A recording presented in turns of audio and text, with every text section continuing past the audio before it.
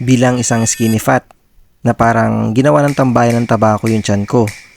Hindi man ako natutuwa, kaya may share akong bagong natutunan.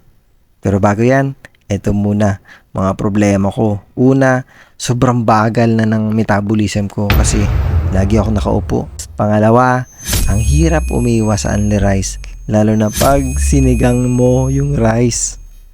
Kaya ito na yung ginawa ko. Kapag nagluto ako ng kanin, hinugasan ko yung bigas ng 3 beses hanggang luminaw yung tubig para matanggal yung excess starch na pwedeng mag-cause ng blood sugar spike. Naituro lang din to sa akin ng kaibigan kong Hapon.